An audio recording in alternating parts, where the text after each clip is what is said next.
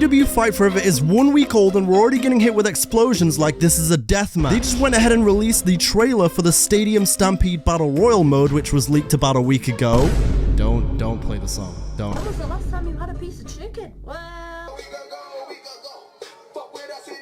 I'm not gonna lie, it looks like it's gonna be a game changer. No, all jokes aside, the first glimpse we see is very interesting in this mode. Literally from screenshot 1, as you can see, there's a tab which says main game at the right, which kind of tells me this Battle Royale Online is almost going to take on a life of its own, on top of everything else they're doing with the main game. It's not just a little side expansion, it seems like they're genuinely serious about this, which is always nice to see. You can also see some customization options here, such as custom loadouts and abilities. Seemingly, there is one that is going to allow you to improve your dives, momentum, and maybe even speed. Different loadouts, obviously allowing them to build on the replay value of this game, and not to mention different metas. You've also got a small detail, but one thing I noticed so far when playing the game is that there is a ton of custom emblems and calling cards already, and there's no doubt going to be more in the coming updates. And so really at some point I'm expecting like a Prestige 10 Modern Warfare 2 kind of emblem that I can flex for absolutely no reason. And maybe not even just in coming updates, but even in the upcoming Battle Pass, which as of right now has not been announced, but we can only assume it's on the horizon, especially considering the Stadium Stampede update was leaked a week ago around the time of the Battle Pass being leaked as well. I'm sure that's going to get its own little trailer and everything. It'll be interesting to see who the tier 100 or tier 50 skin is going to be. Additionally, on this screen we see you can change your finisher and the wrestler, and considering what I already know about AEW Fight Forever's online ranked mode, there is obviously going to be one move or a wrestler that is going to become the main meta, and I don't know if I'm looking forward to it. And I'm sure the meta in Battle Royale will probably involve a V-trigger or an F5. I can just see it already. And finally on this screen there is a rewards tab, which again is going to build onto that replay value, and I hope the rewards are actually worthwhile, and most importantly usable in other modes. Remember that time we said we love my faction?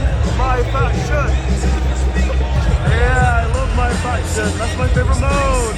I also love this next clip we got of Yuka Sakazaki running around backstage. That one caught me off guard a little bit. From the leaked screenshots we got, it was seemingly just going to be outside, but that's not the case. Clearly, we can go inside the arena, or I'm assuming we'll start inside the arena, maybe at the back. And as a few others have touched on, this game is filled with details and Easter eggs, so I'm sure we'll find even more as we're running around brawling backstage. In this next clip with Scorpio Sky, we see some options for double jumping and dive attacks. I don't know about the rest of you, but I'm 100% going to catch some poor bastard off guard with a swanton bomb off the top of that higher like railing. I can just see it now. There is going to be some creative spots in this mode. Although seemingly if you do want to dive off the you know, the railing up there and be your inner Jeff Hardy, you might have to do it at a risk, and most importantly at the risk of dying from fall damage like your name is Tim the Tap Man.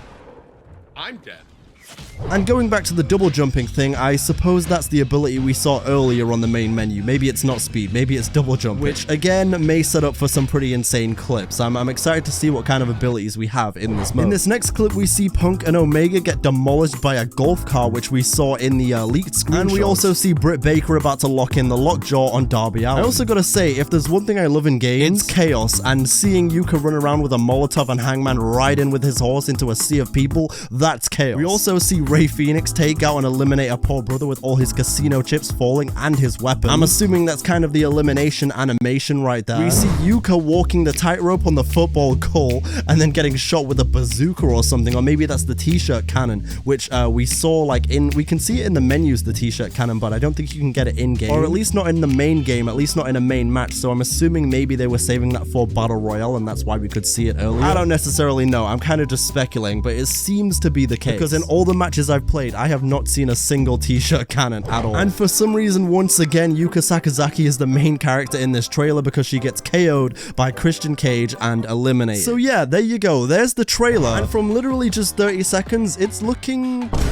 pretty good. And the reason I think this is going to change the game is because there is so much they can do with this mode, and that can't be stressed enough. Especially considering the fact that just on the grace of it, just on the brink of, you know, the release of this game, we've already seen how creative they can be. And we've already kind of spoke about how they can keep this game alive, how they can keep the main game alive, but in the future there could be new rewards, new weapons, new stadiums, new shop updates for Battle Royale as well. I mean, we've literally got All In London coming up in August. They could quite easily try and do a Wembley Stadium type of collab. They could do a Tokyo Dome collab when it comes to Wrestle Kingdom in January. There's a ton of different stadiums they could run. Or maybe not stadiums, but arenas inspired by that kind of thing. And maybe most importantly, something I haven't seen anyone talking about yet, but it is new LTMs, of course, course being limited time mode. And I'm once again gonna bring up Fortnite, I'm sorry. Apparently Fortnite is becoming the new SmackDown vs. Raw 2011. But the way Fortnite constantly had new LTMs coming out in its prime, I'd love to see Fight Forever do something similar. And it wouldn't even surprise me if they had it planned already. Especially considering how creative wrestling can be. There is so much you can bounce off. You could have a high flyers only LTM, you could have a brawlers LTM, you could have one where only a certain type of vehicle or weapon are allowed, you could innovate with a, you know, some type of cage in there. Maybe there's like an update when cage matches are added to the game where when you get to the main circle, you've got to also climb in a cage, and that adds an extra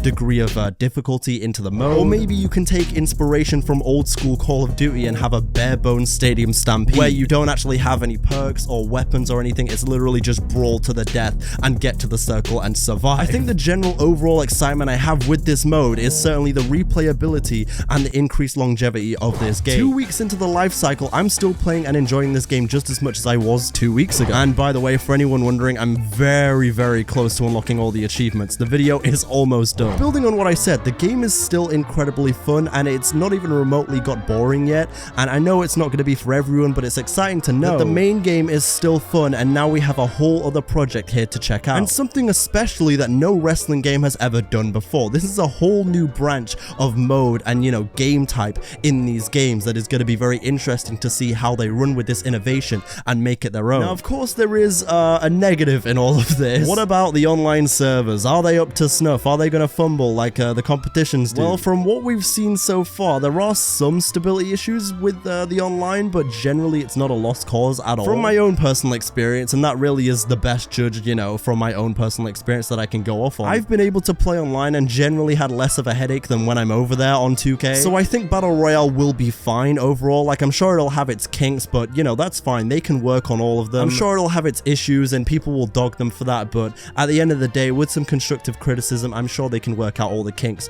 and this mode can be, you know, exactly what it can be. When it comes to AEW Fight Forever and the whole modding scene, we have been getting a ton of new mods for this game recently and a ton of promising signs when it comes to mods. For example, we've now pretty much got custom themes for everyone, or updated themes. The champions, the Young Bucks. Even the absolute King Rips has gone ahead and modded in Billy Gunn, aka Daddy Arse. And also over on Pro Wrestling Mods, you can see even more. And I promise this is not an ad, they are not paying me to do this, I just really like the website. But we've got Pepsi Phil, we've got Adam Cole from Full Gear last year, we've got a Retro Christian, we've got a Bryan Danielson, we've got an NXT arena. The future of modding in this game, I think it's safe to say it's looking very bright, and if you're not playing this game on PC, what the hell are you doing? But I suppose overall, it is just nice to have a Rumbleverse successor, which is essentially what this is. Because, well, you know, RIP Rumbleverse. They ask you how you are, you just have to say that you're fine.